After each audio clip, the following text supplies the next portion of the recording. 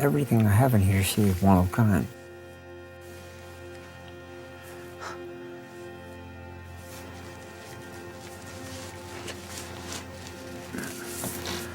Stuff, all chiffon stuff. This stuff's not fancy stuff.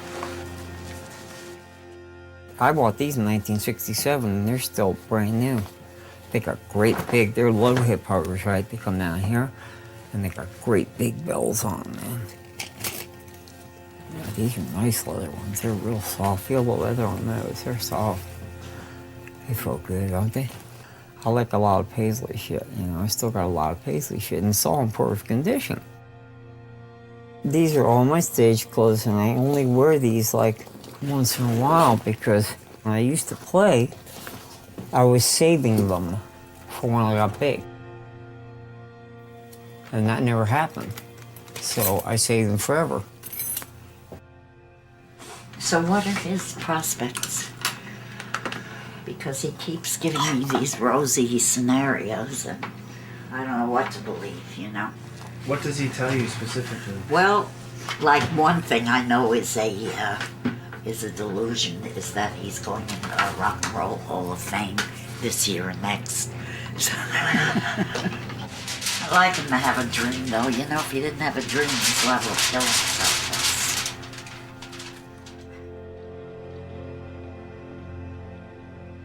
If you're really gonna do this as a documentary, I could go out and play. Even with all. You know, I get nervous. Everybody does.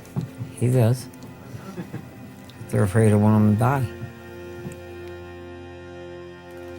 That's okay. I won't. If you guys want me around, I'll stick around. Please.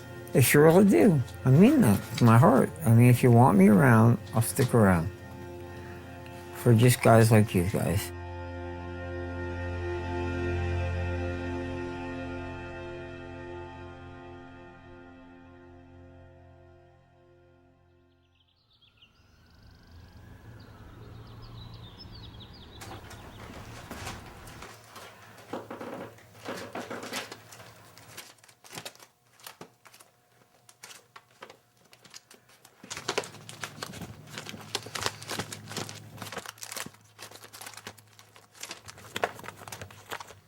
I was at a record show with my girlfriend, and I found like it's all this rare stuff that I totally wanted.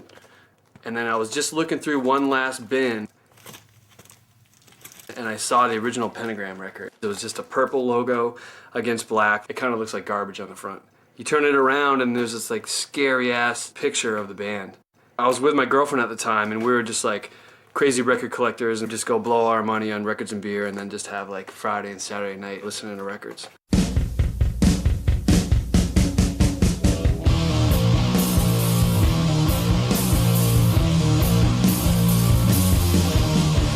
Man, as soon as we put that on the turntable, it's like nothing I'd heard before, really. I mean, it was just so fucking heavy.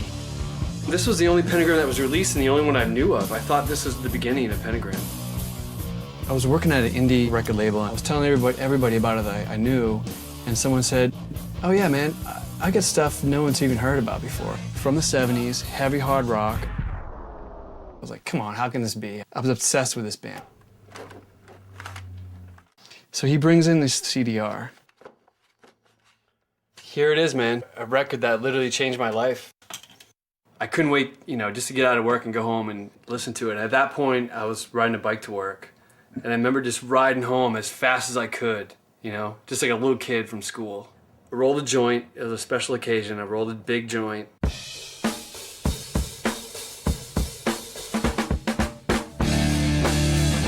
And that first song, Forever My Queen, I mean, just fucking phenomenal. I'm running away with myself. I think I ran a little too far. Your love is more than a tease. I couldn't believe it. Some of the best hard rock I've ever heard. I mean, lyrically, his vocal delivery, just the guitar in it was out of control. I mean, for the early 70s, I couldn't believe it. And mostly, not only was it brilliant, but aside from that, why doesn't everyone talk about it?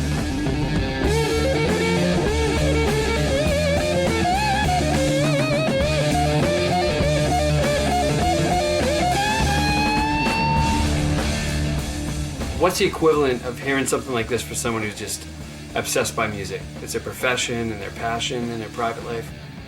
It's hard to explain. It's literally like being a devout Christian and walking down the street one day and bumping into Jesus. And he knows your name and shakes your hand and asks you over for dinner and drinks, you know? And he calls you on weekends to go out. I mean, I can't explain it. My whole life I've just been obsessed by music. That's all I wanted to do in my life. And the only things that made me truly happy were finding an awesome record. I was just completely driven and obsessed. I mean, I was completely in love, and I just couldn't wait to make other people fall in love with this.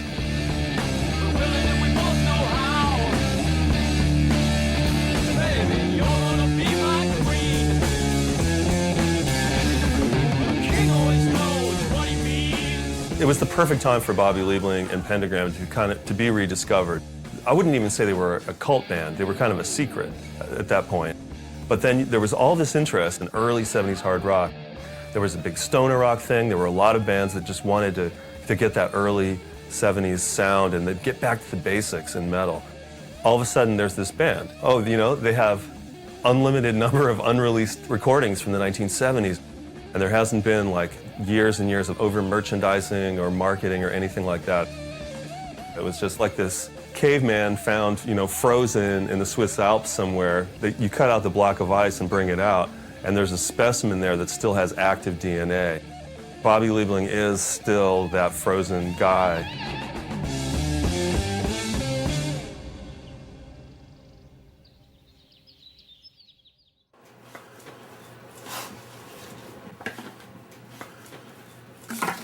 If you see anything that says Pentagram, like Liebling, Pentagram, blah, blah, blah, project, or any of that on the CDs, we will find a few guys, because you must hear that this is more important to me than any of the other shit. That's why you must hear the stuff.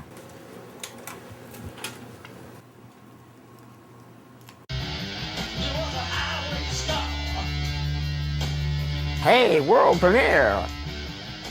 VH1 and this Rashi.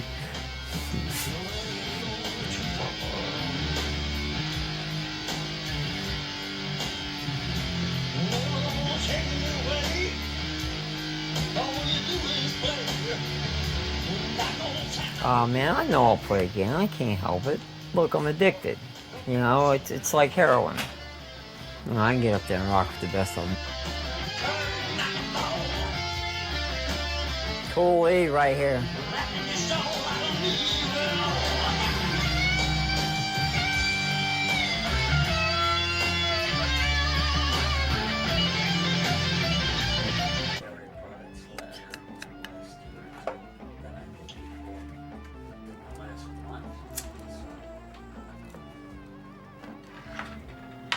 I thought he was very good when he was younger. I didn't go to many of his shows. I didn't want to make him uncomfortable, but he did have would you please get me a joke? Thank you. No, not just as a mother. I was very critical of him, but I thought he had just a natural instinct to perform.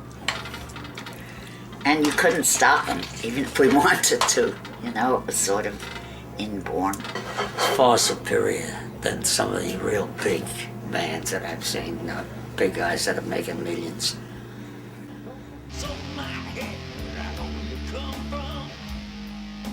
Have you ever done anything else besides rock and roll? Nothing.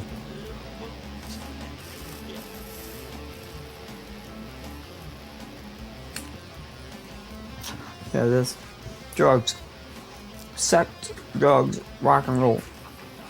I mean, look at me, you know, I'm an old soldier, right? I've been doing drugs 44 years. I've been addicted to heroin for 39. I've been addicted to crack for about 22. I've been in nut houses, detoxes. You know, that's why I smile and tell people I'm alive, man. I'm not supposed to be alive. Did you see where the piece of crack went, the big piece of crack? Oh my God, look this. Oh, no, it isn't. That's a Band-Aid. No, I know, it fell down. You saw it? I mean, the place is a hellhole. It's a shithole. It's a sloth house. I hate it. That's why I want to get out, man. I don't like dirt, see? Get out? Believe it or not. Yeah, fucking A, I'm gonna get out. You kid? That looks like rock, but it's not.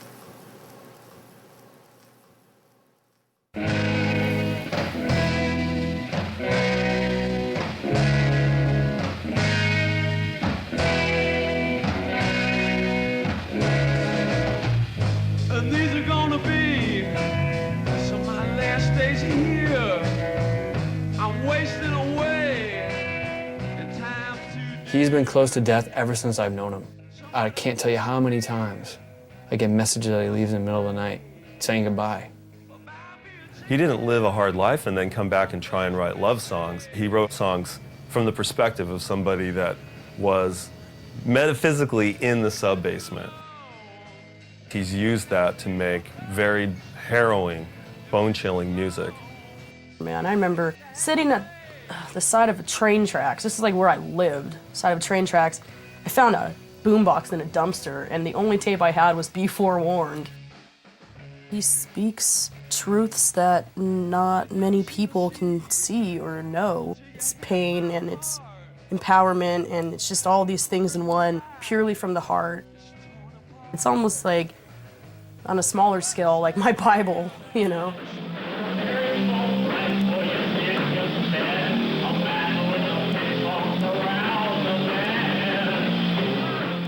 First time I ever saw footage of Bobby, I never seen nothing like it. He definitely understood the seductive powers of rock and roll, man, and he could just go from this textbook rock and roll guy and then all of a sudden just crouch down like the devil. You know, when you're a kid, man, that's about the fucking coolest thing you can see, you know? So there's something about, I guess, the mystique of Bobby. He just has that persona, you know, and that charisma that people just like latch onto. And then his drug addictions and things like that, it's added to all that, but it's also a hell for a lot of people who've played in bands with him over the years. I mean, if you look on the Pentagram MySpace site, on the left column, it's got all the prior members of Pentagram, and it's, you know, it's like a list that long. The potential's there, but, you know, there's certain personal things in his life that's keeping him from going all the way.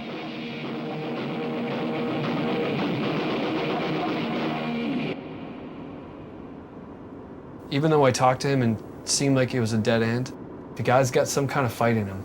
He's got a flame that won't go out, and I wanted to start a fire with it, you know? So today we're headed down to see Bobby. I have a toll coming up. Do you want to do this after the toll?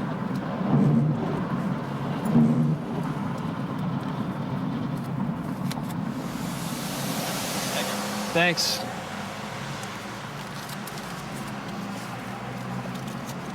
So today I'm going to go down. I have notes and an outline of what I think the plan should be. And even if we get a contract signed and it takes us forever to start recording, shit can fall apart, man. So we really got to fucking move on it and move on it fast and make it happen. You know what? We're going to get a fucking record made. God damn it. I hope. Practically speaking, the one thing I can do for Pentagram and Bobby is give him good direction. And something I mentioned to him, like, Bobby, you know what? You're fucking almost dead, man. Unfortunately, it sucks.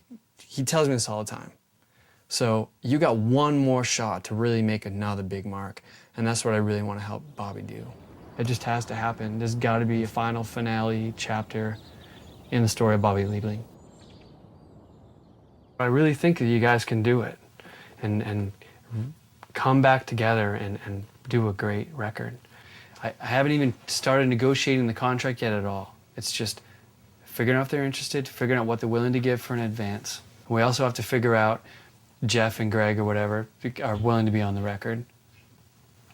So part of the reason I want to go with Housecore Dude is Philip is the contemporary hard rock hero, right? You are the dude from the past. He's going to bring you huge visibility. So what we need to do is we're going to lay out a budget that we're all going to have to agree to and we're all going to have to stick to. And I want to see this shit happen. But I have too much time invested in it to not even follow through at this point. So what I'm going to do is I'm going to record him, Backlash Suffered and Everything's Turning Tonight, and hand it to him backstage at the Down Show. But the other thing is, too, is it's my word I'm giving to them. You know, before all this happens, and make sure that you're 100% into it and committed, and we're going to go with it. So this, what I'm handing you, is my final effort to fucking help you and try to fucking put a great record on the history books.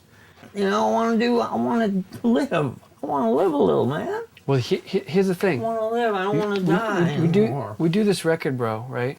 Hopefully it'll help you get out of here. We're gonna figure out what we're gonna get for percentages, what your royalties are gonna be, all that stuff. I have to eat. I have to make a living. I can't do this irresponsible child trip forever. I've been Peter Pan my whole life, man. It's time to do something. I want me back. I'm tired of giving me out and giving up and running away. I run away with, you know, the devil's piece of glass, you know. If I smoke any crack after today, you can have my records. How about that? I'll put it on the camera. If Robert Liebling smokes crack after today, 10/12/07, Demian Fenton and Sean Pelletier will own Robert Liebling's entire record collection. Before you do it, it should say 1B, possession to take place only if and after 9 days, 90 days, or whatever days, you know, 30 days, 60 days, 9 days. It's up to you, I don't care. We're not going to take your That's too We just fun. want you to stop smoking crack. I know, but yeah. Sign this. No, but you should put, Would you want me to hold the crack? Will you sign that? you know what I mean? Throughout Pentagram's career, they've really come so close to really making it.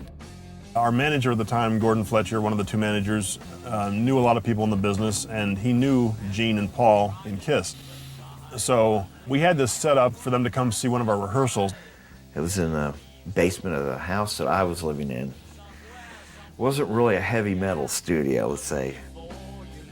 The day that KISS was going to be arriving, Greg and Vincent had to work, and they were working as janitors. So unfortunately, Vincent, the brilliant guitar player, and Greg, heavier than hell, bass player, were off cleaning toilets. I don't know, if KISS was coming to my house to watch my band, I would quit my fucking job. I wouldn't even never mind go to work that day.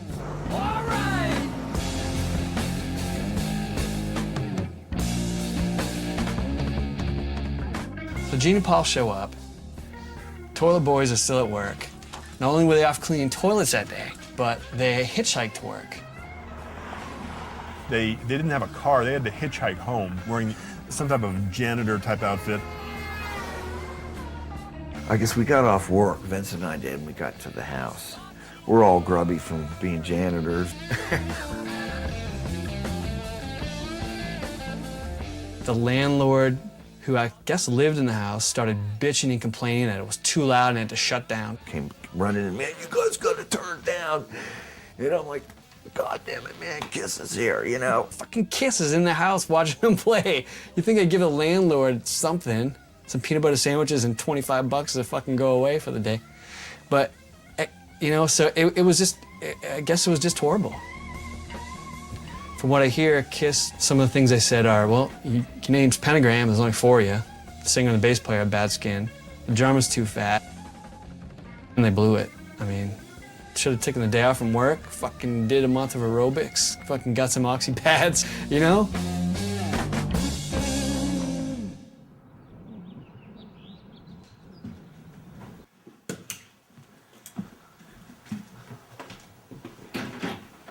Should I pull them out?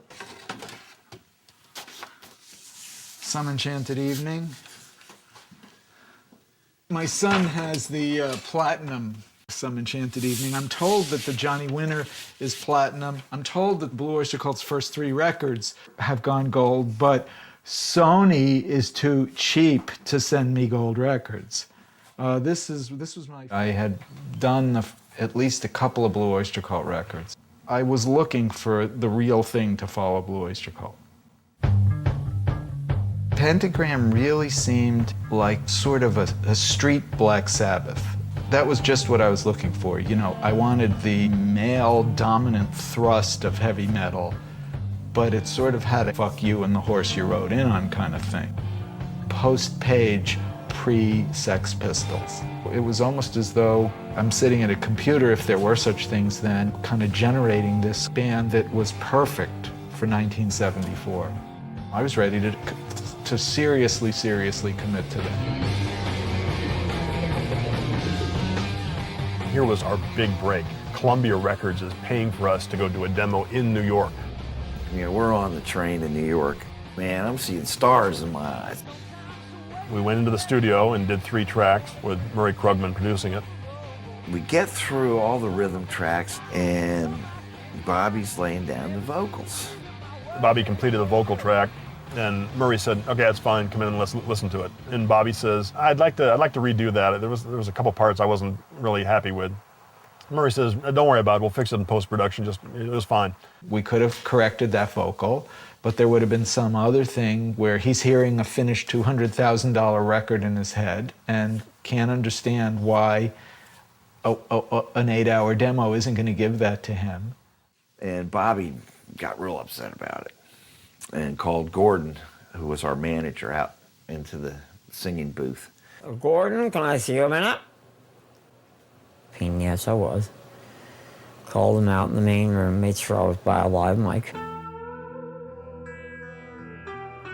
I said, what's this guy being such a fucking asshole for? Murray just got up and, as I recall, he didn't say a word. Vincent thought, he said we were the most difficult band to work with and walked out. I don't recall him saying anything. I just recall him getting up and walking out of the studio without saying a word, and we never talked to him again. I felt like killing Bobby. I've fantasized many, many times if Bobby had just said, no problem, you know, and walked in and we'd listened back to the session, what would have happened the rest of that day? What would have happened the rest of that week, and what would have happened with the rest of our career? We would have gotten a deal for them, no question. Record deal, national tour, fame and fortune, it would have happened. There but for the grace of God.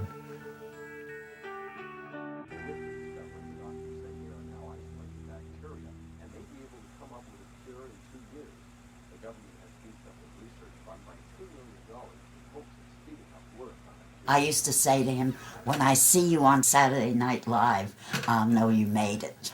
And you know, I've seen some lousy acts. That shocks me. Bobby, Pellet's here. Yeah. Everybody in unison, I mean, total. Move them out of your house. Everybody. I mean, to this day. There's always tons of laundry around here. I don't know. He can change 3 times a day. He's already changed twice today. He keeps spilling his coffee. Even now, everything that he has comes from us. How much have you given for Bobby? Financially? I have. Financially, over $1 million. Thanks, appreciate it. All right, good. You want to brush your hair? There's Fig Newtons, aren't there? Mom, there's Fig Newtons, aren't there? Yeah. I've always been afraid that he'd either go out and steal or knock somebody. You don't know. It's a very Addicts are tough, crazy. It's a very tough thing. They call us enablers. And I say, really? Did you ever see my son? Do you know him? No. And you're in social services? Where is your sensitivity to people? His brilliance in the music field has never been to fruition because of the problem. He has all this talent now. Yes, he still is. He has it. Do you guys think that Bobby could stop doing drugs? At this stage of the game, anybody, you know, it's a prognosis question. Yes, if he were out of pain. He's in a lot of pain. That people don't realize that. And he also has, truthfully, a delusion that he has a parasitic infection. Bobby's not insane, but he can act insane with the coke. My fingers turn black every night, and they're starting now. That's not from the coke. That's all parasites. See those dots that look like dots embedded? Mm-hmm. All of them. Here, you see my lips? They're not chapped. Here. See the line on the bottom? Mm-hmm. That's all parasites. See all that black? Yeah. Those are all parasites. Never saw it, huh? 15 years I've had to live with that. See, when he starts pulling his skin, he does what he thinks he calls debreeding. He'll pull at it and put it on a piece of paper towel and pull out his magnifying glass, and he'll come, you never want to look, you never want to look. I said, I've spent 10,000 hours looking, Bobby. It's not bugs, it's dead skin. If he didn't pick his arms, I know they'd heal and I know everything would be fine. It's a fact. I have something unknown that is parasitic. Truth is that she said you've been to the hospital about 50 times since you lived here. We're going to be there for 8 hours in the waiting room, and they're going to let you out. Unless you go there and say you want to go to detox, and then they'll admit you. They're not going to treat me for this in detox. I watch you smoke a fuckload of crack right now. It's in your blood. They're going to get you in. Then once you're in there, you're away from this. Maybe you can heal more. I want to go to the hospital. Not that I want to go in rehab. I want to go to the hospital because if I'm not treated for this, I'm going to die.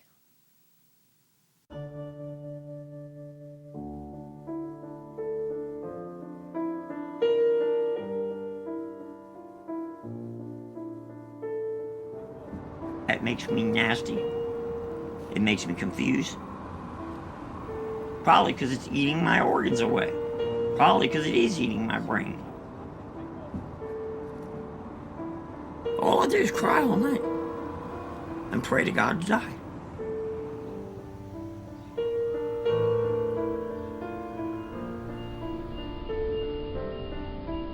I've taken Bobby here a few times. I know he's intent on getting his hands and arms addressed, and that rehab is a secondary solution. And as far as what he was saying 30 minutes ago, suicide being the third solution. I wish he wasn't going through any of this, but there's nothing that I can do except just support him, You know, Bobby would be the first to tell you years back, he kind of made that deal with the devil, right? He kind of sold his soul, and he's fighting like hell to steal it back one piece at a time. So what are they gonna do? Oh, I fall asleep. They'll say there's nothing wrong. Because I feel comfortable in these places more than I do my own home. I like hospitals. That's sick, but I love hospitals. Pellet has been like a god to me. He's a godsend. I love him. I love all you guys. You know, for coming here. Thank you very, very much.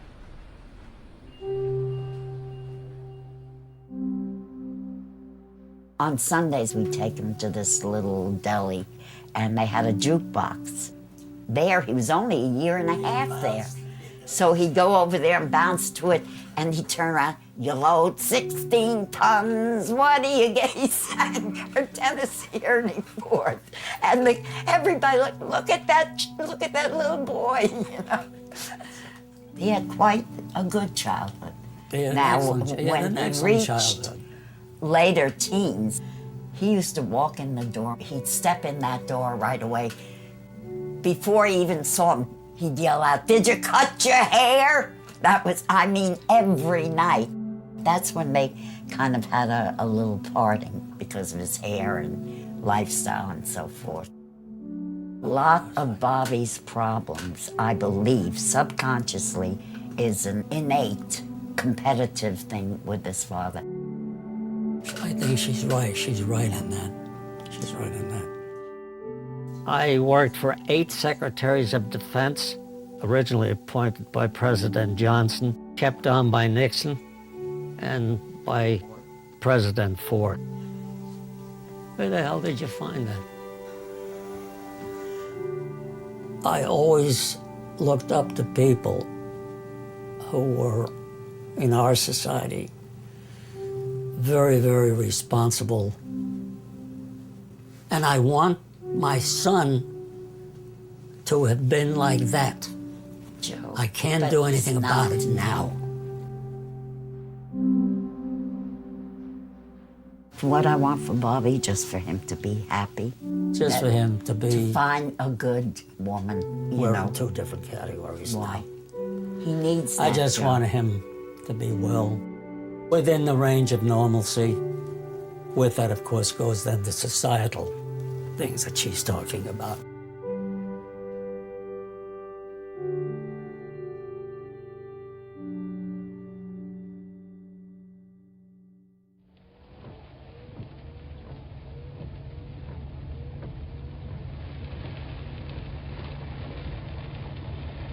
To play the next message, press 1. Hey, Dem, it's Pellet. Listen, I'm just giving you a quick call. I finally heard from Bobby after weeks of him being missing in action. He's been in Philadelphia, of all places. Dude, he met some young, hot girl named Hallie, and he's been up here spending time with her. She supposedly is not a drug addict. I'm not sure what the whole deal is, but I just thought I'd tell you. It looks like there's going to be some forward motion because he's psyched and really positive. Give me a call when you get this, okay? See ya. This message will be saved. The way he met her, from what I understand, is she was a fan. They were speaking on the phone quite a bit, so she came one time with her cousin. Then, a couple of weeks later, she invited him to visit, and that's how it started. He's been going to Philly nearly every weekend. Do you have an elevator at 201 South 13th? He got an apartment, we got him an apartment, I should say, in Philadelphia, just a few blocks from her. So he'll have to come in through the front. Is it wide? Because he has a very wide sofa. Apparently they're in love, or whatever, you know. I don't know if it's, I shouldn't say this, in love or in lust, but...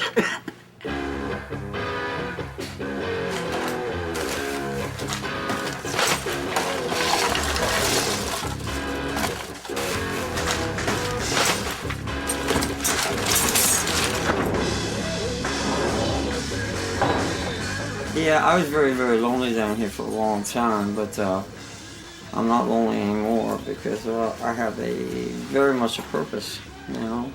Perfect time to meet Hallie. About time somebody loved Bob for Bob again. There's been nobody a long time that's loved Bob for Bob. Nobody loved me like Hallie. Nobody. I've never loved a woman like Hallie in my life. Never in my life, I never will again. He's got to take winter boots. I don't care what he says. Are they that bad? They're dorky, he says. Just for the snow. Are they that dorky? Huh?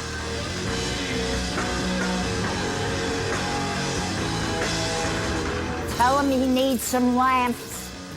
I got everything like that. You got the coconut oil. Don't worry about that. I need that. Where's it?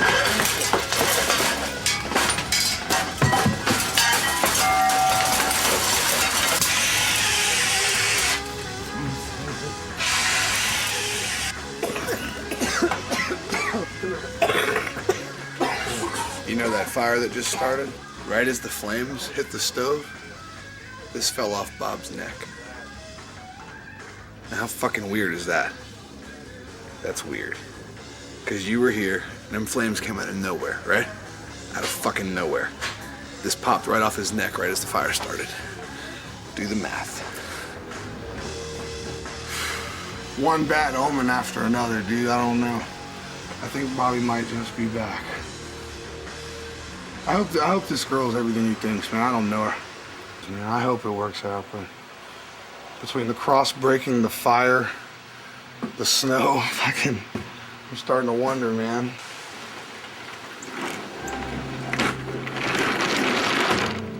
Alright, I'll see you later. Good, wish me luck. Make it. Yeah, I'm gonna make it. Ain't no question about that. I'm easy to get the box there. We'll see you in Philly. Drive all right? careful. Love you.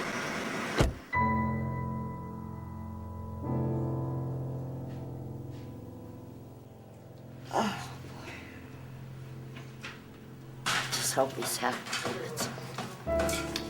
Hope he's happy.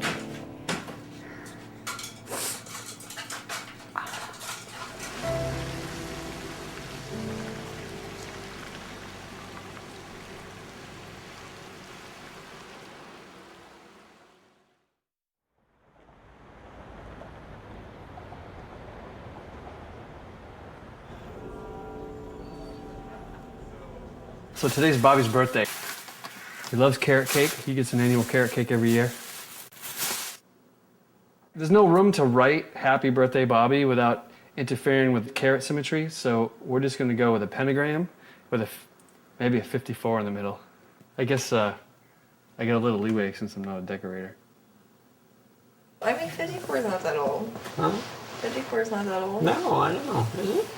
I mean, it's old, Get out of here. but it's not that old. Is it? At first glance, when people see me and Bobby walking down the street together, they either think, A, he's my father, or B, he's my sugar daddy, or, you know, a pimp or something like that. But he's an endearing person, and I'm certainly not in for the money because he has none. And I enjoy his company. I feel very kindred to him, regardless of the age gap. My cousin and I had a theory that he and his mother were the same person, like an Anthony Perkins, like psycho sort of thing. Like you're gonna have us like locked in a closet with your mother's corpse. I don't find that I have anything in common with guys my age.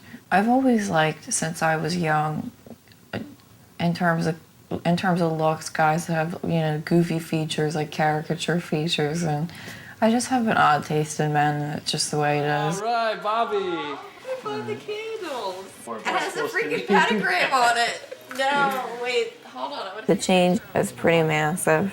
To my understanding, he was smoking toxic amounts of crack. Make a wish. He went from that to this, and has smoked no crack since he moved to Philly.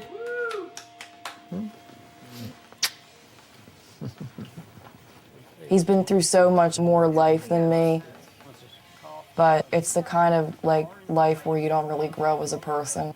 He's kind of remained frozen in time a little bit, and I kind of like that about him. I mean, in his heart too. He'll always be young, I think. You look good in those pants. He looks pretty. As long as she can say that, that's okay by me, baby. I'm doing all right then. Now I'm still here. If I can have someone as beautiful as this say that I'm pretty, something's happening here. Loving you. Well, it takes away the blue. And now it's so crazy watching, you know, him in this short amount of time grow up and make up for the time where his growth was like really stunted. Stuff where he would have no clue what to do before, like his debit card, checking account, the Social Security card. He doesn't have a problem with that stuff anymore. He's gotten a hang of it. I don't miss him. I really don't. There's a nice sense of peace now. I do a great deal. He misses him terribly. A great deal. The fact that he is using whatever strength he has left to preserve whatever self-confidence he has is something that I am proud of. He commented on the phone for the first time to me, actually, I love you, Dad. It's amazing, the transformation in this guy. He looks good, he sounds good. It's the person I thought or had hoped I'd be dealing with from the get-go. He's been jamming with other musicians. He just seems kind of more focused and definitely more in touch with music lately. The Hallie situation, I hate to talk so much about it, but it is really that integral in my life. Hallie Liebling. I got bad love for Hallie Liebling. Yeah, she's gonna be my Liebling. She's my little Liebling.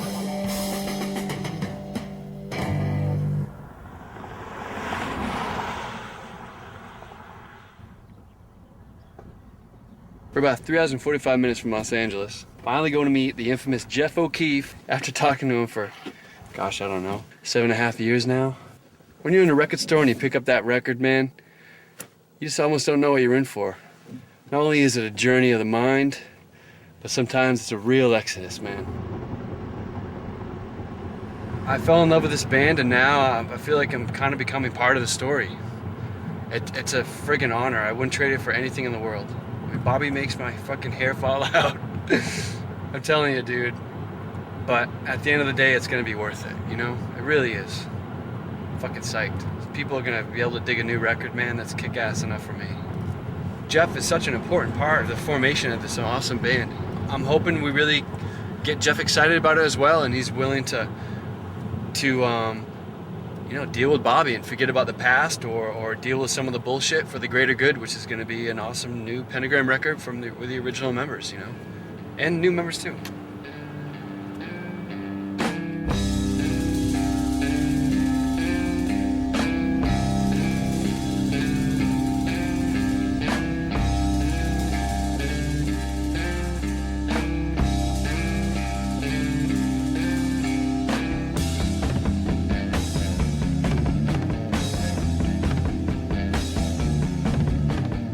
Pentagram has not only developed a small but faithful following in the Washington area, but major record companies have also taken an interest. Well, I think it was a bar of soap from Ramada Inn in New York City when we did the Columbia Records session. So I'm guessing. Yeah, it smells like failure. Oh, man. Bobby and my special project, the douchebags. By the douchebags.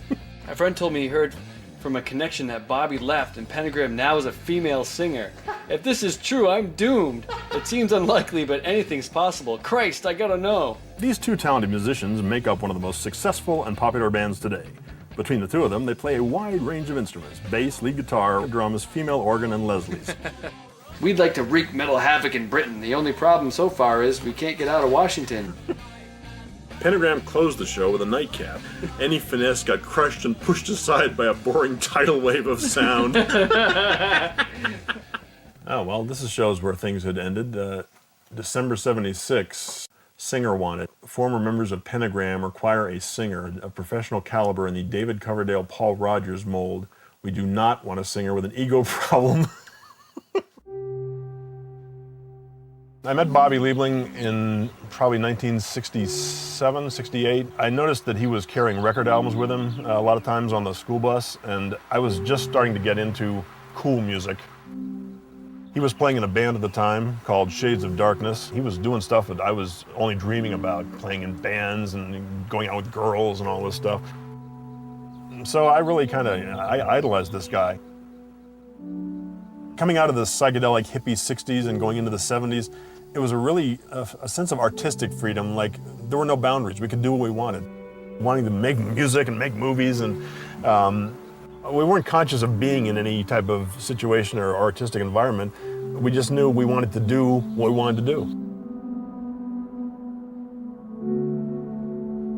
I have really good memories of Bobby from a certain period of time to a certain period of time. And then bad things started to happen, and there was a few years of that. And eventually I just decided I don't want any part of this. There's just too much negativity to outweighing the positive, Things got so bad with the relationship between our managers, Skip and Tom, and the band wanted to know what was going on because they were still our managers. So Skip said, well, you can interview me, but just, write down the questions and come out with your tape recorder, and I'll record the answers into a tape recorder. 1, 2, 3. Skip basically didn't want to be around Bobby, so we had to conduct our band interview with our own manager by tape. How do you expect to promote the single wholeheartedly when you won't even meet with the band you're producing? Skip. First of all, I don't expect to promote this. Bobby is very driven and very passionate about his music, and that's good. But I have a feeling that over the years that's been, one of Bobby's main problems is the freedom of Bobby doing nothing except sex, drugs, rock and roll. I mean, that is it to a T. And I realize some people say, from an artistic standpoint, bravo, you've got your vision, you're sticking to it. On the other hand, everyone that's been with you has walked away over the years or fled in terror because they realize you're not ever going to compromise or cooperate. I haven't talked to Bobby in over 20 years.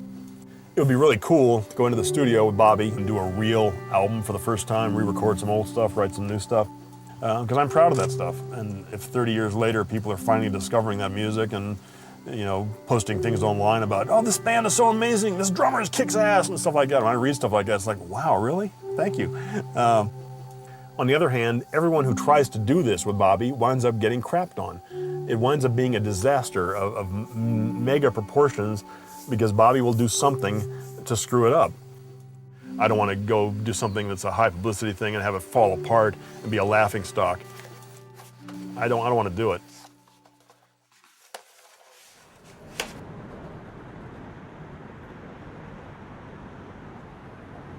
She hasn't called me. You know, it's 17 minutes left. I can't, my phone's gonna run out.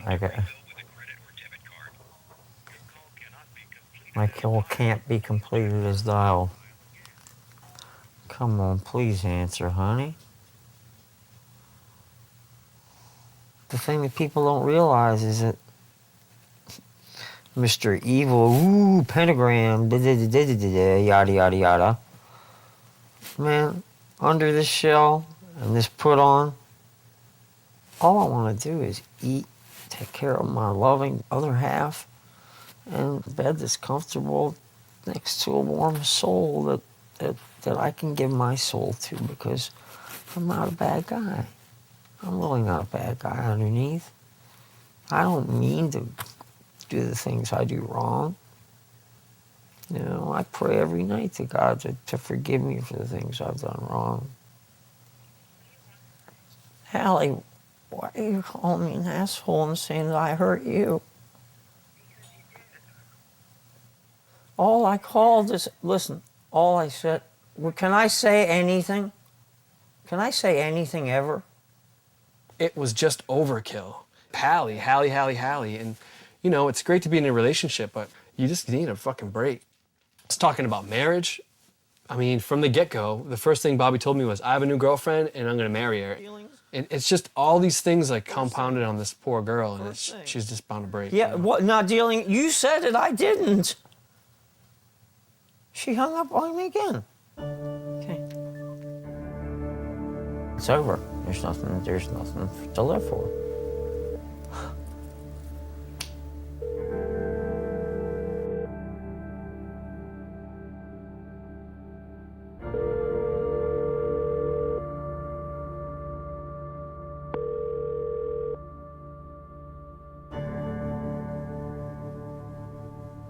I can come over and we can listen to music, dude.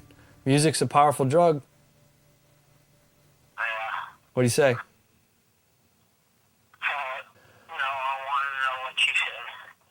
What Hallie said? Yeah, and I don't want spices and bells and whistles and No candy coating. This isn't easy for me, dude. And I don't, but I tell you, I mean, last night he didn't want to see me. Today he didn't want to see me. He doesn't want to see anybody. He's just really affected. He's fucking crushed. she said she did still love me very much Good. and wanted to make a life with me and wanted to get back together with me. Tell her is that true? Now that this Hallie thing's coming down, man, I could just sense Bobby just trying to find any excuse to fucking relapse and go back and start smoking crack. I can start feeling it happen. Bobby, listen to me. It seemed like last time we hung out, I just got a feeling that you might have smoked crack. Did you smoke crack since you've been here? No, I haven't bought any drugs. I swear I really haven't, man. I didn't because I knew if I didn't leave Germantown, I was going to die soon. You saw the way I was starting to look. I swear to you, on mine and Hallie's relationship, I swear this, dog. Philip's playing here in a couple weeks with his band down. He's got to be clean for that. Their hesitation, the business side of it, is giving money to a drug addict, man, you know? And he's got to be fucking clean to back up me telling them that he's clean and is going to be able to do it, you know? If he shows up fucked up, it's going to fuck it up.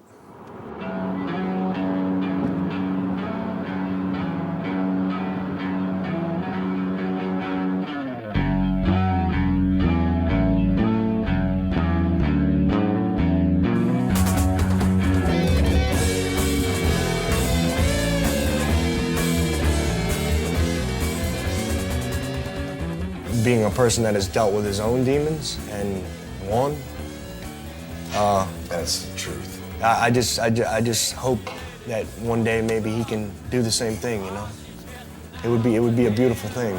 Dude, in our camp, you guys are appreciate that. You're the biggest, one of the biggest influences ever to me. Wow. Can I eat anything I want? Can I taste a piece of pineapple? Sure? Get some. Well, they got it all. What it's supposed to be. Man, I got like so many Pentagram t-shirts. It's an honor having you here, man. There's just so much respect. Personally, I'm sick of hearing people say it's too late. Nah, It's never too late. Never, never. You know, there's a lot of people, you know, dude, there's no way he can How come many back. times have we been written off? Oh, I know, man. If we're gonna get straight to the bone of shit, there is this wave that I'm sure you're aware of young musicians that are discovering Pentagram. That's a gift, my brother. Sure it is. It's a fucking gift. Sure it is. And it's enough of a gift for you to give yourself a fucking break, man. You've got your fucking health. I'm giving myself a break. I kicked $300 of rock, 6 Xanax bars, 105 milligrams of meth, and a 10-pack of dope, cold turkey. How's that throat feel? Fine. You can sing. Oh, I can sing my ass off. Huh? Really? Are you ready? Yeah, well, you're the man with the money. Well, you're I'm the just man. trying- You're the man with the fucking record that needs to kick fucking ass too. Believe me, if you've heard all my records, I ain't done no record, in my opinion, that hadn't kicked ass. You know what, Robert? I'd be proud to fucking do this. I really would, man. I love you, We're Robert. coming now, Phil. We gotta Stand go. up. Let's Oh, they're on stage. All right, man. I love you, baby. Me too, buddy. It's great to meet you, man. Yep, I hope we can do something, brother. Philip. Phil, come on. Go. Go, brother. Come on. We're on the way. Good show, bro.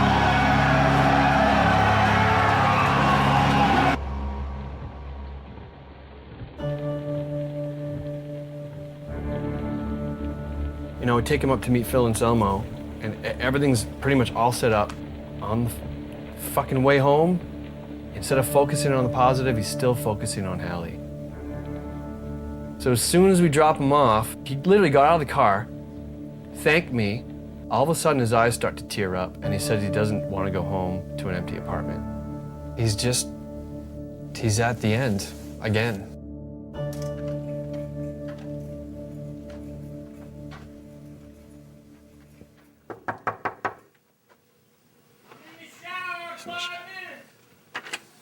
Can we come in? Yeah, you can come in. You can step over this shit. Just stay out of here. I'm on record at Jefferson Hospital of being epidemically covered in scabies. So is everything in the whole goddamn place. You think I'm lying? I can prove every bit of it. Well, let's talk. You don't have to prove it to me. Just please get ready. No, I have to prove it to everybody because it's cocaine, cocaine, cocaine, cocaine, cocaine, cocaine. The only thing I see here is a fucking syringe. Yeah, there is a syringe. There's syringe, crack pipes, all kind of shit around here. I quit a mega dose of methadone, mega heroin, piggybacking it. Cocaine 75% or more drop in the course of less than a month. Okay? I give you huge credit for that. But there's still a 25% that's keeping you from making music. No, it's not. And keeping you from making real friends that care. Look, I gave up 99 out of 100. I'm not Superman. What do you want me to do? Conquer the world overnight? You're asking too much of me, man. I'm on the verge of a nervous breakdown over all this drug shit. And you have so much talent and you're smoking crack on your couch. It's heartbreaking. How much life do you think I have left? I think the damage is done far and above.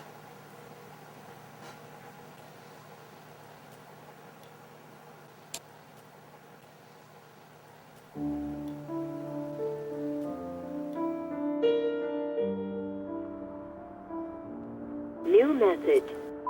Hi, Demi and Diane. I haven't heard from Bobby since Friday. Truthfully, I don't think he's going to last much longer. I just have a feeling. Either he's going to overdose or do something stupid. And he's hung up on that Hallie thing like crazy, so I can't kill myself anymore over it, and what will be, will be. New message. Hi, Demi and Diane. We still haven't heard from Bobby, and now we're really extremely concerned. Please call me. Thank you. Bye-bye. New message. I found out where Bobby is. It's called CF under the prison system. They took him there. I don't know where it is. I don't know how he is. I'm sure he's suffering, and we don't know what to do. So when you get a chance, you call. Bye-bye.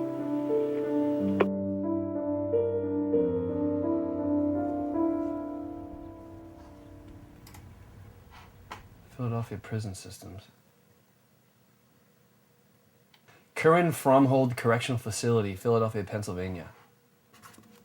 Bobby's got a restraining order on him, which clearly says you cannot fucking call Hallie. He had fucking called Hallie. Hallie picked up the phone and said, "That's it, now you're going to jail." Click. I mean, this is a huge reality check. What's harder than jail? What's the next step? Death? Who the fuck else is gonna fucking do this for him? I hate to sound like a dick. I feel like I'm getting grizzled and pricky through this whole fucking process.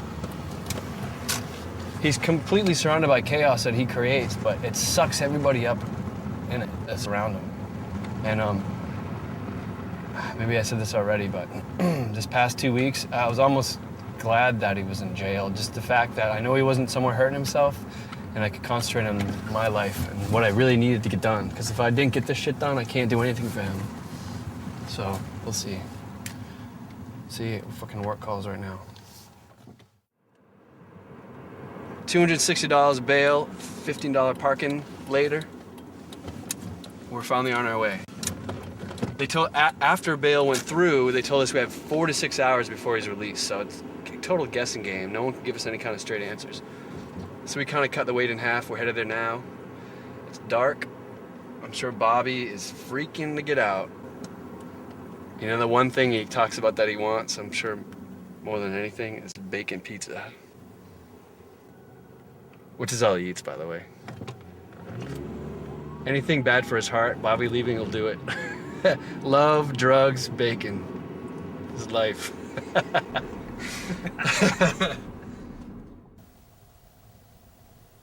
What's going on now is, every time I fucking come to get him out, there's some other thing going on. They told me an hour and a half. We just went and waited somewhere for over an hour. We come back. Oh, we got no one downstairs. I'm like, here's his name. He's been processed. We paid at 3 o'clock today. Well, there's no one downstairs. I tell you what, if he's not out within 15 minutes, he's gonna get out of the next shift, which is 12 o'clock. So that probably means the next shift starts at 12, so who knows when he's gonna get out.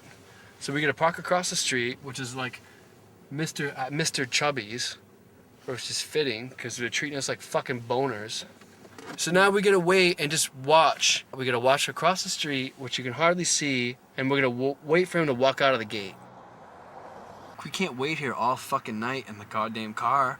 I skipped a whole day of work today to bail him out. He's still not out, and now it's fucking up my next day. So I don't know what to do. You know, if we decide to leave and come back in the morning, that's when he's gonna be out here stranded probably. You know what I mean?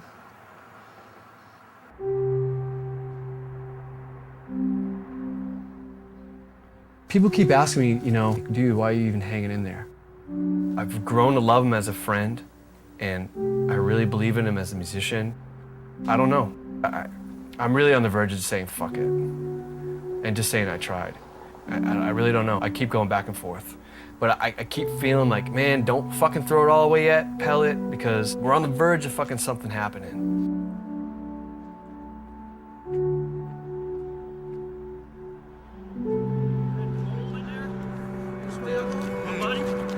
That's my buddy. There's my buddy, see? I'm talking about. You think you're gonna be true? Trying to hook you up right away. Which way out? How you doing? Doing like, you know. Is it all right? There you go. Help me. I'm in prison again. Jump right inside. All right.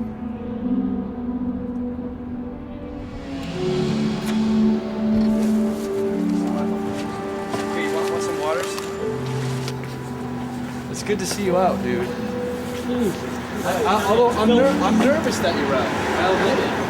I know I don't have to worry about you in jail, dude. I know you weren't doing something dumb. I knew that. I was like, you know how many hours I had to reflect? Bobby obviously goes through the same patterns. It's always he does good for a couple weeks and then shit falls apart. Bobby is just Robert Liebling. He's a human and he's got incredible demons that he has to battle every fucking day. It sounds cheesy, but I think Bobby really is just doing all this stuff because he just needs love. There's nothing here. I have nobody I can call that can try to help. I ain't got no relatives. I ain't got no brother or sister. I ain't, fuck it. I ain't got no kids. I can't deal with it myself. I'm too immature. I can't handle it. The pressure, you know what I mean? I have nothing here. I thought I had life here. I've got nothing anymore.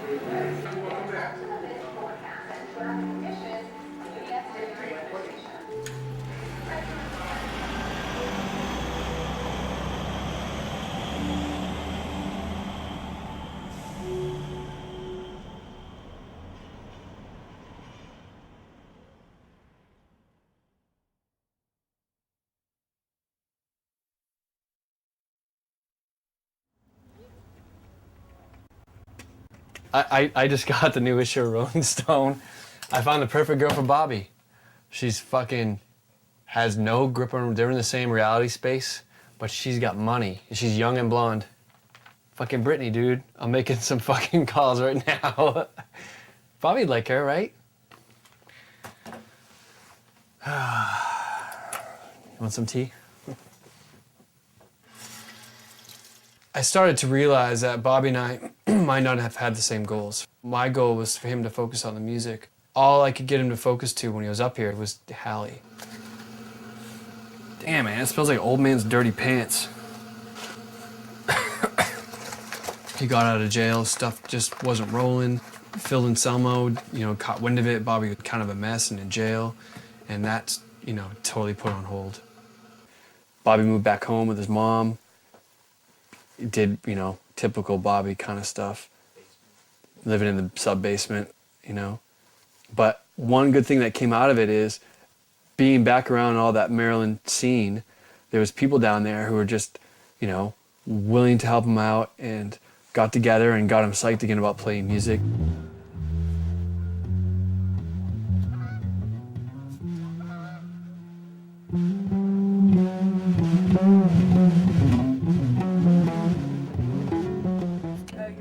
I really think, in a way, this is kind of what he needed to do. He got a complete wake-up call by going to jail.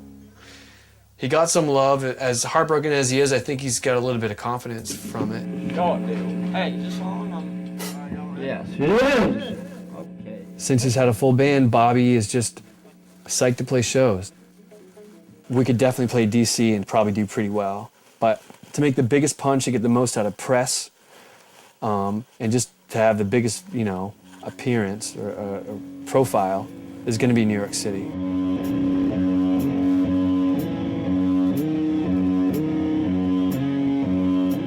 So we chose New York. They're at a top-notch venue. We demand a lot of money. We're getting it. There's also, again, a lot on the line because in the contract that I have to sign, it says if the band does not show up for whatever reason, if stuff doesn't happen, it's my name on there that I'm responsible for. So what I really need Bobby to do is just focus again on the music.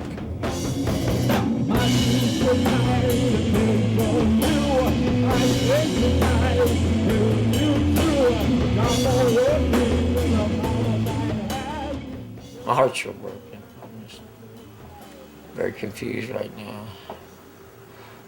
There's this angel I just wanted to talk to while I was still hanging around mortal.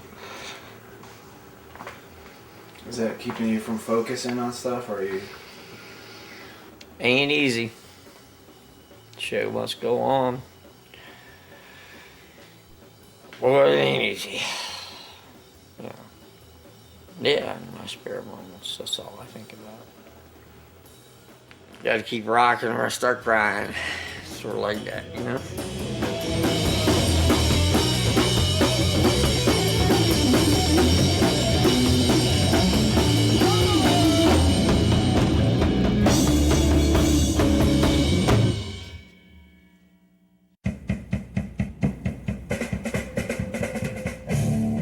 Every single thing you do with Bobby leaving is a risk, whether it's a record coming out, whether it's a show, or whatever, it's a risk. I mean, it definitely makes shit exciting, but it's putting gray in my beard, you know? It surprises me, people who go out and buy advance tickets for Pentagram shows sometimes. You know, it's like, man, I would just wait until the night of the show and go to the door, because why sink your money into something that you don't know is even gonna happen? It's kind of an uphill battle right now because the last couple shows that Bobby played are a legendary mess. Yeah, there was this doom metal festival or something, and this promoter guy goes, man, I need you to play this gig and headline this gig. You know, you've got to do it. And I asked Bobby, I said, do you think we can do it? And I went to play the gig, and it's packed with people. It's getting later and later, and Bobby doesn't show, then Bobby doesn't show. And the club owner comes up and goes, man, you got to play, they're going to tear my club up. I said, I don't have a singer here. Unfortunately, our singer doesn't want to show up tonight because he's just too fucking cool for all of us. So let's give a big fuck you, you asshole! Right? Yeah! We're going to play anyway. And I gave the microphone to the audience. I said, hey, it's Pentagram karaoke night. Here you go.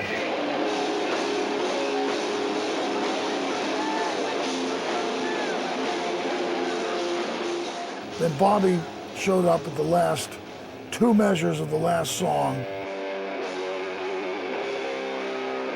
I kicked him in the leg, and I think I had a cordless guitar that night or something, but I was playing from behind the speakers where he couldn't rock out with me, you know? That's how that happened, and that kind of broke us up, really. I said, forget it, man, I can't do that again. Not at my age. You know, I'm almost 20 now, so. Come on, you fucking junkie! Play a song, you fucking junkie! You fucking dope shooter! You fucking ripoff! Bullshit! He's got this Jim Morrison thing going on now or something, where you just never know what's gonna happen. The last time he played was the Black Cat show in DC. Oh, okay, the Black Cat incident? That's like the incident at Roswell. 2,000 people crammed in this place, and I'm going, he's finally made it. Damn, I'm glad I came tonight. You know, this is great. People are fucking charged. You see the band take the stage. Literally, the guy next to me was biting his lip. But there's something missing. Where's Bobby? Apparently, he'd overdosed. And he fell asleep in my arms like a baby in the dressing room. Somebody knew the rescue squad guy. They came and got him. And then they shot him up with something. I don't know what. He goes, I'm ready to play.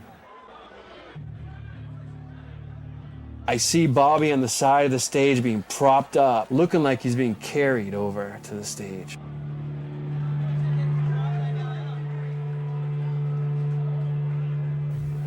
Grabs a mic.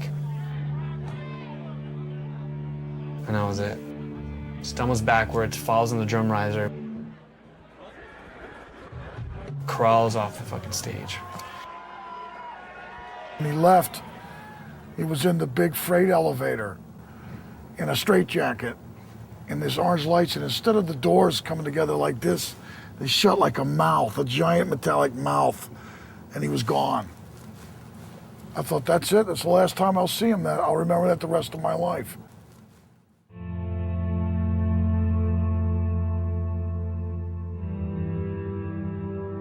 You know, I monitor Bobby's MySpace page. As soon as you announce these shows, dude, this thing lit up. It was just amazing. Every time I come on, there's all these friend requests. I had 12 pages of friend requests. Well, this might be fake, but Bobby would like it. One of the best things for me, dude, this is a total triumph.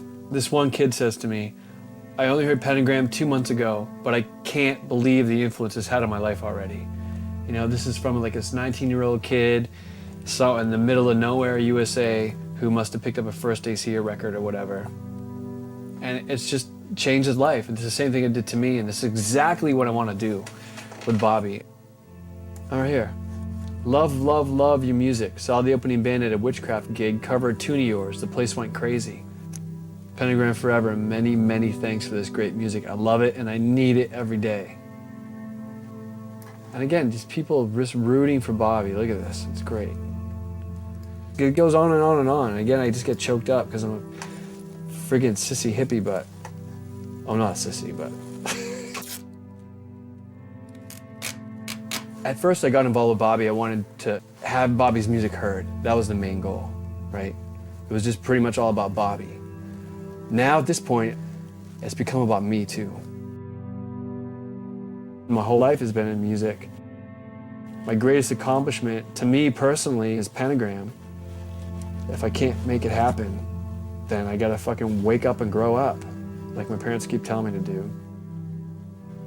Cut my hair and get a goddamn job. It's gonna suck.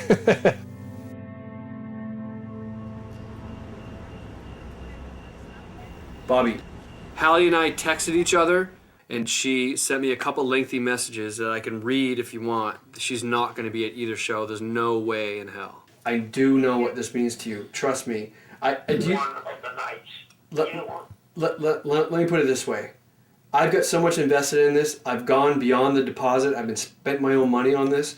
I need these shows to happen. I'll do whatever it takes to make these shows happen. If it means fucking lying to Hallie and telling her she'll get $1 million if she shows up, I'll do it. But I just don't have high hopes, and you got to get it out of your head that she's going to show up or not. You can't put a gun to her head and make her be there. And I knew that. So what else am I supposed to do? She basically said, Bobby is, you know, and not so many words, off his rocker, doing cocaine again. You have to go down to Germantown, get him out of the sub-basement, and bring him to Philly, or he's not going to play these shows. So she knows. And what is transpiring right now? Is she right or wrong? Listen, you got to leave in 10 hours. I don't know if she's wrong yet or not. Your hair's not dyed. It's 10:30 at night. Your fucking clothes aren't dry cleaned. I should have went down and got you. I'm doing what I said. I hope so. Like Hallie said, she'd never, ever not be by my side. If you're doing what you said you were gonna do, let's just do it. We're gonna get in an argument. We're gonna raise our voices, and your voice is gonna be even. I will just do the text like you told me you would. I will promise you, I will send a text. Honestly, Bobby, I'm super stressed out right now, and I'll send her that text, but I gotta finish this merch stuff. I gotta do a bunch of shit for the show. Do what you gotta do. Just please promise me that you'll take that out and do it the way you would, and you're good at it. You're a professional, and I trust you. Please relax tonight and take your bath and chill, and I'm gonna. Did you think this was gonna go any other way? Yeah, I did, because Bobby's been really fucking focused lately. I mean, he's been really heartbroken over Hallie, and you know, anytime I need a 10-minute conversation out of him, I figure it's gonna be an hour because I got 50 minutes of Hallie, which is fine. He's my friend. It's cool. I know what it's like to suffer that way, and it's cool. But through it all, he's really getting kind of focused, and it's like he's focused to prove this to her. I mean, you know, I think he thinks if he pulls these 2 shows off and shows that he can really do it, he'll be able to take care of her, make money and all that. He's doing these shows just for her. And now that she's not there, he doesn't want to do them, but he can't back out. I mean, it's not just me, he's got money and time involved in this. It's a lot of people.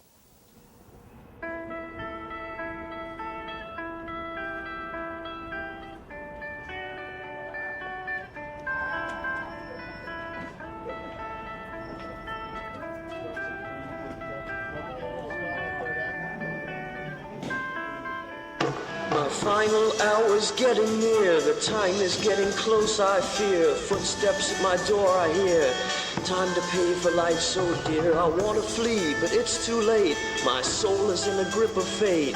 Close my eyes, one last breath, feel the cold, cold hands of death. Pentagon, Pentagram, it says. It does.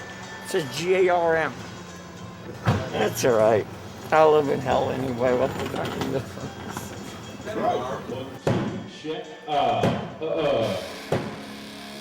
Hey, check, 18. Yeah, there's my pants. That's all I'm wearing for pants. It's just black, tight pants. This, I'm thinking, is what people like because it's paisley. You know what I mean? And it's very, very old, 70, 60s, whatever. It's hippie, right? But you can't out flamboyant that. That's a motherfucker, isn't it? I mean, this is a true son of feel this thing. Feel how bizarre it feels. The first time that I showed you these clothes, did I think I'd be breaking them out again? I thought I'd be throwing them out, but I don't know about breaking them out. It's weird, isn't it? They're all my mom's. I just thank God above for everything that has transpired. And the people have phenomenally astounded me with their devotion and their mega support. And it's finally caught on to the fact that what goes will always come back. We came all the way from LA for this. It's a really important night. It's almost like Bobby's return, you know?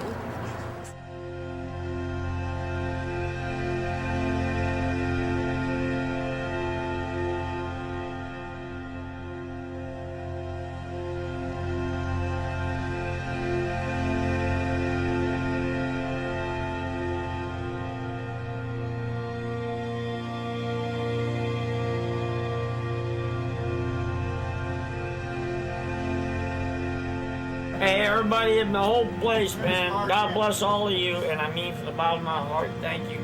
I mean it. Thank you. Thank you, Bobby, for Truly mean it. giving all of God us the bless opportunity. all of you. Bobby! Young team, God.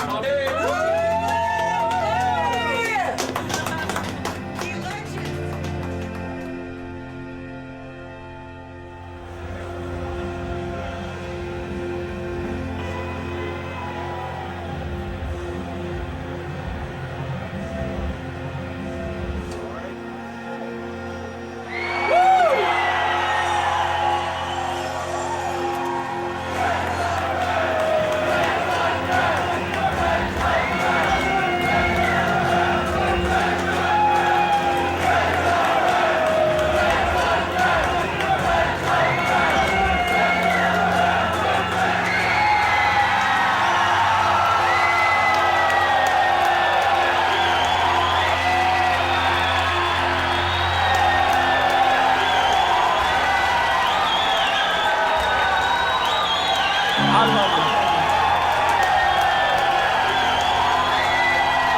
God bless all of you. I can't believe this is real. I think that's true. I want to thank you from the bottom of my heart, and I mean this deep down inside. You came through. Without you, I ain't. You get my message?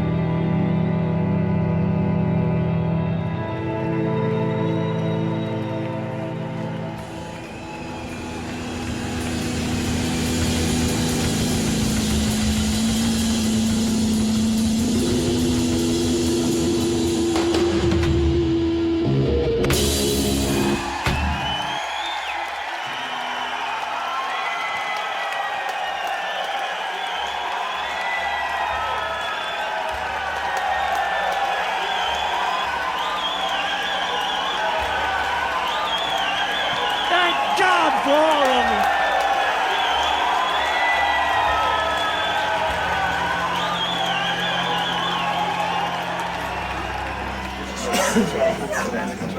Thank you. Yes, thank you. Hey, my fucking lifetime, man. Thanks, Bobby. Thank you so much. I know you're tired. Thank you so much. Bobby, that was amazing. awesome. That was amazing. That was great. Thank you, Bobby. It was awesome, man. It was right on. It was right on. It was overpowering. I'm still feeling like getting choked up. I mean, I went from laughing like hysterically to like crying. I can't explain it. And for me, I just felt like a kid to be on the side of the stage and watching my favorite band at their biggest show ever, and knowing I had something to do with it. It's like, it's a fucking Christmas gift, dude. You know, it's fucking Hanukkah, Christmas, and Kwanzaa, all in one, and Bobby Liebling delivering the presents. It's fucking great. If it all falls apart now, I'm fucking happy as shit. If an arrow fucking hits me in the head right now, I don't care. I feel great.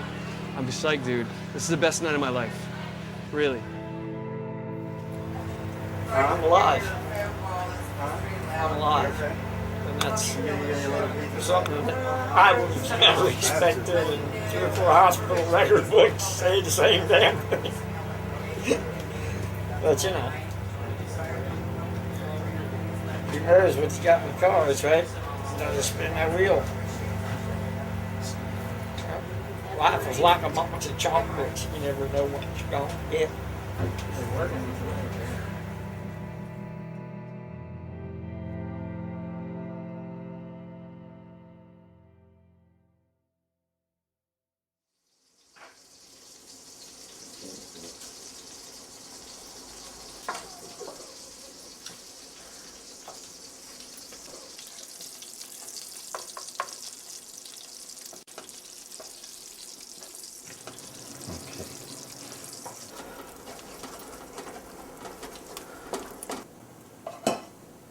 Come on, get your breakfast, baby. Some sausage, some toast, Al, you want to come on and eat? All right?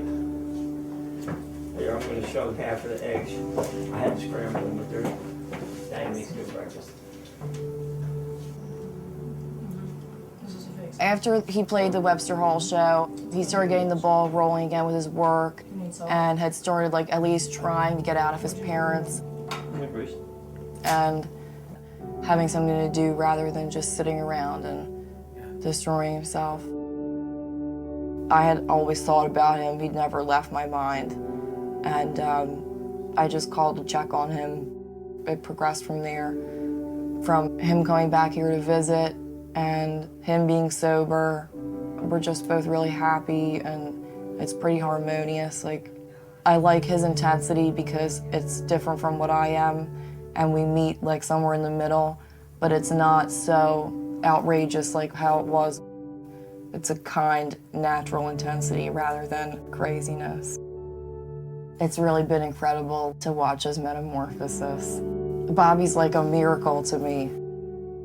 I just have to kind of trust my heart and my instincts in this situation. I have had to a lot, like, and just trust him because he's more likely to pan out the way that I'd want him to if I trust him sincerely instead of, you know, just half-assed, like, okay, we'll see how it goes, but like just having one foot in the water. Here, I'm not supposed to do this, but you want another piece of toast. Here, one little bite for you, that's all. After the American tour, we had a very deep, unified period that I recall pretty well of bonding with intent of this is for eternity.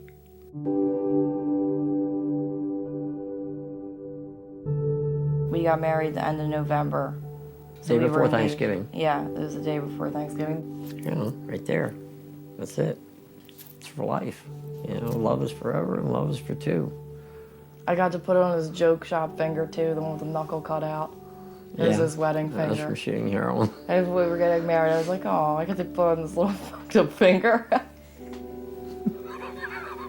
This cute little finger. Yeah, my joke shop finger. Yeah. It's like...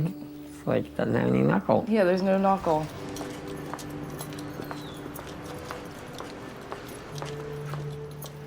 We've been through an awful lot in the 2+ years that we've, known each other. And now we're on paper, and this is Mrs. Robert Liebling.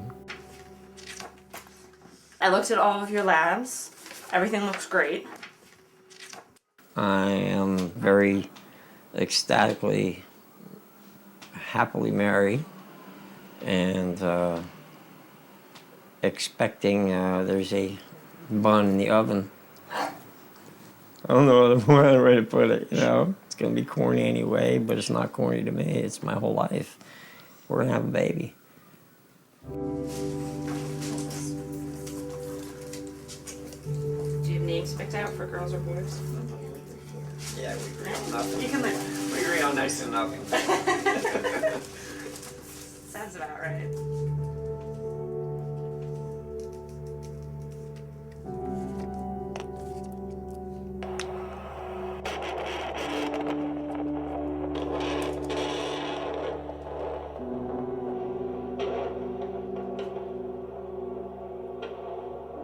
It's like coming in and out of my little machine.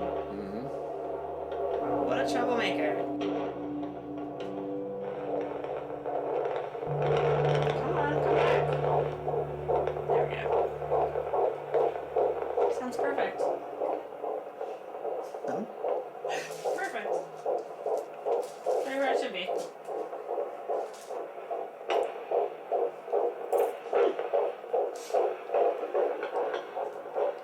That's great. That's something I never dreamt would ever come about. And look out, world, there's going to be another me.